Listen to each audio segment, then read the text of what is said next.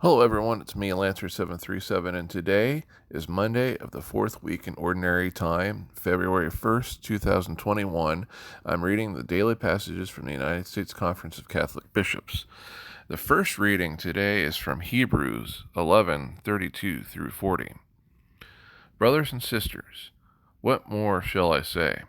I have not time to tell of Gideon, Barak, Samson, or Jephthah, and I might be saying the last one wrong, of David and Samuel and the prophets, who by faith conquered kingdoms, did what was righteous, obtained the promises that closed the mouths of lions and put out raging fires, escaped the devouring sword. Out of weakness they were made powerful, became strong in battle, and turned back foreign invaders. Women received back their dead through resurrection. Some were tortured and would not accept deliverance in order to obtain a better resurrection. Others endured mockery, scourging, even chains and imprisonment. They were stoned, sawed in two, put to death at sword's point. They went about in skins of sheep or goats, needy, afflicted, tormented. The world was not worthy of them.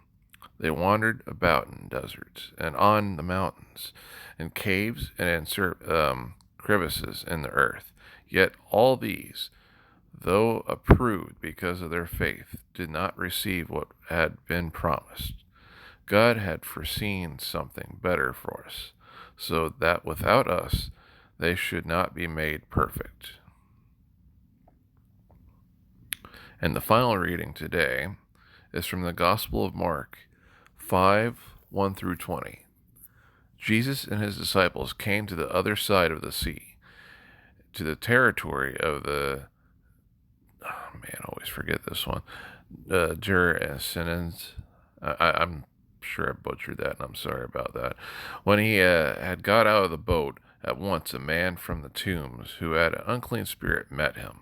The man had been dwelling among the tombs, and no one could restrain him any longer, even with a chain. In fact, he had frequently been bound with shackles and chains, but the chains had been pulled apart by him and the shackles smashed, and no one was strong enough to subdue him. Night and day among the tombs and on the hillsides, he was always crying out and bruising himself with stones. Catching sight of Jesus from a distance, he ran up and prostrated himself before him, crying out in a loud voice, "What have you to do with me, Jesus, Son of the Most High God? I adjure you by God, do not torment me." He had been saying to him, "Unclean spirit, come out of this man." He asked him, "What is your name?" He replied, and I'm not going to say that name. It's a bad name. Is my name. There are many of us. And he pleaded earnestly with him not to drive them away from that territory. Now a large herd of swine was feeding there on the hillside, and they pleaded with him, "Send us into the swine, let us enter them." And he let them, and the unclean spirits came out and entered the swine.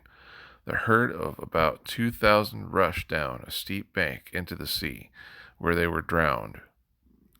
The swineherds ran away and reported the incident in the town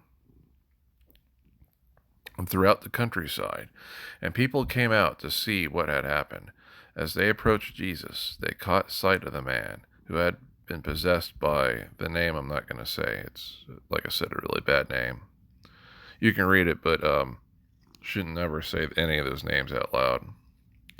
Seeing there clothed and in his right mind, they were seized with fear. Those who witnessed the incident explained to them what had happened to the possessed man and to the swine.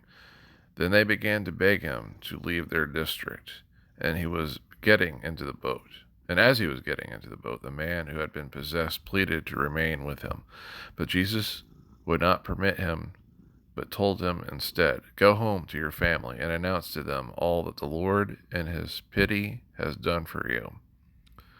Then the man went off and began to proclaim in the Decapolis what Jesus had done for him, and all were amazed. That is a very amazing thing what Jesus did.